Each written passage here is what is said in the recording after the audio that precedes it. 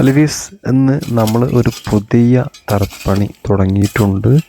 അപ്പോൾ അതിൻ്റെ totally cost എത്രത്തോളം ആകും എന്നുള്ളത് അത് എല്ലാവരും അറിയാൻ ആഗ്രഹിക്കുന്ന ഒരു കാര്യമാണ്. കാരണം പലർക്കും ഒരു വീട് പണി തുടങ്ങുമ്പോൾ എത്രത്തോളം രൂപയാകും എന്നുള്ളതൊരു ധാരണ ആർക്കും ഉണ്ടാവില്ല.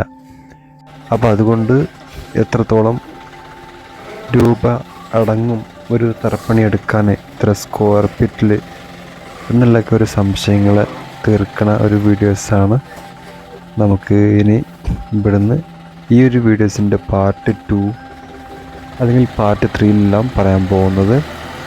അപ്പോൾ നമ്മൾ ഇവിടെ ഇറ്റാച്ചി കൊണ്ടുവന്ന് കളിച്ചത് മുതൽ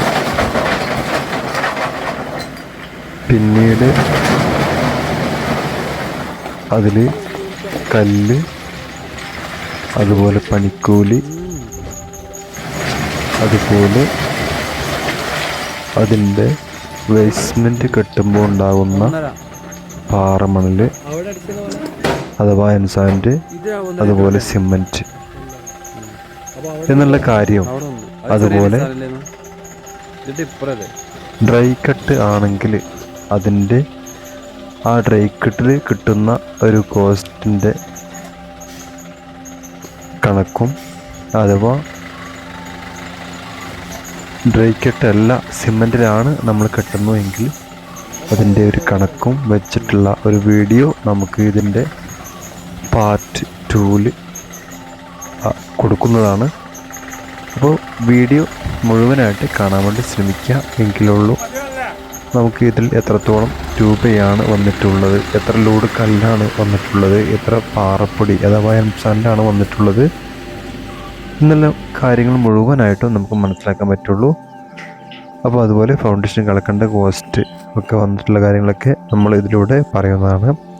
അപ്പോൾ വീഡിയോ മുഴുവനായിട്ട് കാണാൻ വേണ്ടി ശ്രമിക്കുക. ഈ ഒരു ചാനൽ ആദ്യമായിട്ട് കാണുന്ന ആളുകളുണ്ടെങ്കിൽ ഒന്ന് സബ്സ്ക്രൈബ് ചെയ്ത് വെക്കുക. അതുപോലെ നിങ്ങളുടെ ഫ്രണ്ട്സിന് ഒക്കെ ഈ ഒരു കാര്യം ഒന്ന് ഷെയർ ചെയ്ത് കൊടുക്കുക. അപ്പോൾ അവർക്കും ഇതുപോലത്തെ കാര്യങ്ങൾ മനസ്സിലാക്കാൻ വളരെ എളുപ്പമായിരിക്കും. അപ്പോൾ എല്ലാവർക്കും ഇതിൻ്റെ സെക്കൻഡ് പാർട്ട് കാണാൻ വേണ്ടി ശ്രമിക്കുക, എങ്കിലേ നിങ്ങൾക്ക് മനസ്സിലാവുള്ളൂ.